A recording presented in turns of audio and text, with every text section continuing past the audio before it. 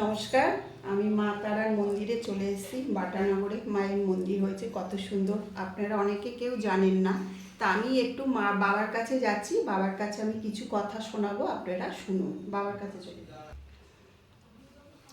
নমস্কার, আমি বর্তমানে মায়ের সেবায় সায়ন মুখার্জি। মায়ের এখানে মন্দির স্থাপিত হয়েছে 2024 সালে। মা এখানে এসছেন শুধু তারাপীঠ ওখান থেকে ইন্সপায়ার হয়ে মাকে আর কি এখানে স্থাপন করা হয়েছে। মায়ের সম্পর্কে যদি কিছু বলতে হয়, আমরা প্রত্যেকেই জানি দশ মহাবিদ্যার দ্বিতীয় মহাবিদ্যা মা তারা, এবং এনার নিবাস হচ্ছে শ্মশান। এবং এই মন্দিরে যথারীতি মায়ের তন্ত্র মতে সেবা হয়, নিত্য সেবায় 3 বেলা ভোগ হয়, অমাবস্যায় বিশেষ পুজো হোম ইত্যাদি হয়। আর মায়ের বাৎসরিক হয় 14, 15, 16, 17 জানুয়ারি মাসে। নমস্কার।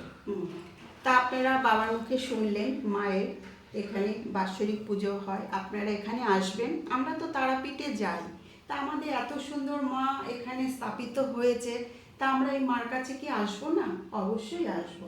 আপনারা সবাই আসুন, সবাই মাকে ডাকুন, দেখবেন মা তারা মা সব একই।